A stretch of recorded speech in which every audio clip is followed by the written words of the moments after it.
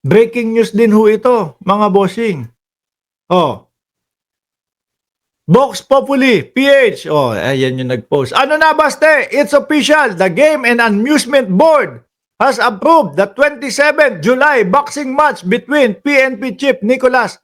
Oh, may asma pa nga dyan. Nicolas Asma Torre versus Davao Mayor El Takbo Supremo. Ba't sinabihan nilang takbo si Baste? No? Hindi naman tumatakbo. Umayaw lang. No? O, ayan. Totoo kaya ito? Ayan o, Games and Amusement Board. O, di ba? Kaya ano na din, meron na din silang pahayag. O, di ba? O, tingnan nyo. Recommend a qualified and accredited referee to officiate the Torre Duterte boxing. Sino ba? Sino ba? Mag-recommend sila. Direct its medical personnel to be on hand to assist the participant should be need arrest. O, kumpleto na, Tebats.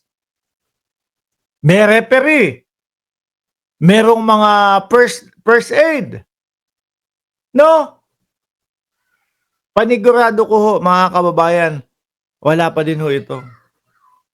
Hindi pa din po sisipot yung Baste Duterte. Takot po, mga bossing. Sabi ko nga ho sa inyo, sa itsura ng Baste Duterte, nabobonjing-bonjing, ang tingin ko ho dyan, mga kababayan, hindi pa ho nakakaranas ng ni isang suntok yan eh. Di ba? Sabi ni Buhay OFW ng Singapore, no? Sino-sino andito sa live, Sir Mark, na nasa SG, kita-kita tapos sabay tayo sisigaw ng duwag si Baste. Pag naitaon, nasa Lucky Plaza tayo. Uy, nandoon, speaking of Singapore, no? Speaking of Singapore, mga kababayan, eto nga daw, kaya nasasabihan na ng duwag talaga. Bigla daw ho, nagkaroon ng lakad, mga bossing. Bigla daw po, nagkaroon ng off to Singapore si Baste. Grabe naman yan. Kaya dali-dali na sabihin ninyo, hindi nyo kakayanin, ayaw nyo, natatakot kayo na magasgasan yung pogi to the max ni Baste Duterte. Kaya dali-daling sabihin, umaatras na po kasi kami, natakot po ang aming Baste Duterte na lumaban. No? Sabi ni Zero Bytes, may business meeting ba? Hindi ho natin alam. Baka biglang nagkaroon ng business meeting ho. Biruin mo, tingnan mo, naghamon siya. Kupal talaga no? Naghamon tapos umalis, tumakbo. Lumayas. Tingnan nyo naman mga kababayan, naghamon siya. Hinamon niya si General Torre. Di ba? Yung taong hinamon niya, ayun, abala sa pag-iensayo, abala sa paghahanda, abala, nagpapakondisyon ng katawan. Tapos tinambakan naman po ng kondisyon ni Baste Duterte. Siya ngayon, eto, sabi dito sa balita, Baste, off to Singapore, no? Davao City Acting Mayor Baste Duterte. Ano kaya, no? Tatanong sa kanya, boss, yung mga immigration, boss, di ba meron kayong fight? Naghamon ka?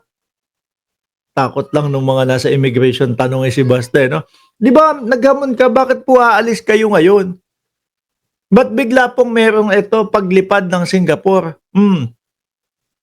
Sabi ng mga taga Singapore, pag nakita natin sa Lucky Plaza, naku, lagi ako tumatambay dyan sa Lucky Plaza kasi tapat po ng trabaho ko yan dati, no? Kung naalala nyo po, yung California Fitness, lalo na yung doon sa mga lagpas na 15 years dyan sa Singapore, dyan ho ako nagtrabaho dati. California Fitness, napakalaki, yun yung pinakamalaking gym noong araw dyan sa Singapore. Tapat na tapat to, mga bossing. No, ang dami pa naman Pilipino dyan. Madami din pong mga kababayan natin, mga Bisaya din po, nandiyan sa Singapore. Baka mamaya, Baste, ikinakahiya ka namin, no? Sa lahat ng Bisaya, ikaw, yung hindi maisog, puro kayo isog-isog, tapos eto, boxing lang, takbuhin ka na, lumipad ka na dito. Baka po makita nyo si Baste pag-alagala dyan sa Lucky Plaza, baka mamaya, subukan nyo, abangan doon sa Orchard Tower. Baka po diyan pumunta si Baste Duterte. Orchard Towers, o di ba? Mahihilig yung mga yan dyan. Oh. Baka paikot-ikot lang po, baka nagpapalipas ng panahon kasi nga napasubo na din ho mga bossing. No? Napasubo na din ho mga kababayan. Davao City Acting Mayor Baste Duterte has left the country. Lokdot na pa, boxing match lang. Hinayupak ka. Tumakas ka pa. What more kapag ka ICC na ang inyong mga kakaharapin. Oh. Di ba?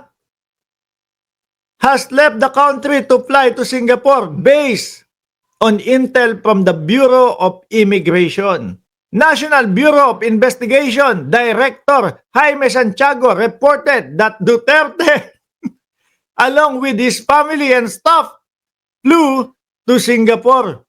He is supposed to face Philippine National Police Nicolas Torre III in a charity boxing match on Sunday. Kinikengkoy na lang nitong mga Duterte, ano? Kinanginan tong si Baste. Ay, sorry. Kinang nanay, makinang na nanay ang ibig ko sabihin, mga kababayan, hindi yung kung ano man, no? Piruin mo, boxing match lang, para lang makapagtago ka, para lang hindi mabuko na Barbie ka, kinailangan mo pang lumipad ng Singapore. Grabe, takot ho talaga. Itinatayo na yung ring. Tapos sabi, doon sa balita, meron na ding game and amusement. Tapos si Senator Ping Lacson, suportado yung laban ninyo. Di ba? Sino pa? Tapos yung ring, ayan na nga, inaasikaso na. Si General Torre pa ang nag-aasikaso ng ring ninyo. Di ba? Sabi ni Arman Raquinho, Mark, sana sa pag-uwi ni Baste, salubungin ni General Torre na nakapang-boxing siya. Ay, maganda yun. Biruin mo, si General Torre nakapang-boxing, tapos si Baste may lipstick na. Barbie na pala. Baka mamaya tumuloy ka, Baste, sa Thailand. Baka pagbalik mo dito, ay Barbie na ako. Kaya, kailangan sa mga susunod na mga vlog natin, mga bossing, Barbie 1, si Roque. Barbie 2, si Baste. Barbie naman po mga kababayan. Di ba? Barbie, takbuhin mga bossing. Lumipad ng Singapore para po sa pagtakpan na siya ay duwag. Sabi ni Maynard Cruz, takbuhin pala Akala ko maisog. Hindi ho.